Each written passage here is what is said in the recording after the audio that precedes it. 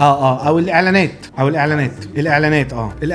فمن ضمن الحاجات اللي بنشوفها ايه، ان احنا بقى شغالين على بروجكت في شركه ما في حته ما، فنشتغل شهر 2 وبعد كده الاونر يحس ان احنا مش جايبين نتيجه، فلا هنوقف، لا احنا هنغير الاوبجيكتيف خالص، لا احنا هنوقف البرودكت ده خالص. طب شركه بنعمل لها اعلانات، طب برودكت جديد جايبينه في الكلينكس بتاعتنا، طب اي حاجه، ومجرد ما نلاقي نتيجه وحشه لا هنوقف. لا احنا ما ينفعش نوقف، احنا ينفع نغير الطريقه، احنا ينفع نري بلان، احنا ينفع نري فيزيت البلان اللي عملناها احنا، لكن لازم نكمل، لازم ما نقفش عشان هو ده الحماس اللي هيخلي الحاجه اللي بدأنا فيها تتطور وتكبر. لكن لو وقفنا بالظبط، انت ماشي على 100 كيلو وقمت فاصل العداد، مش هتعرف تدورها تاني. اتليست لو انا اللي بقوله ده لوجيك وينفع يحصل، فهتستنى العربيه تقف عشان تدور تاني عشان تعرف تطلع، وده تايم وفلوس وجع قلب. فلو بدأت حاجه كمل فيها، غير فيها كتير لكن ما توقفش. صباح الفل. بس لو عجبك الكلام ده اعمل لي كومنتس تحت هنا، تلاقيني بطلع لك تاني كل يوم.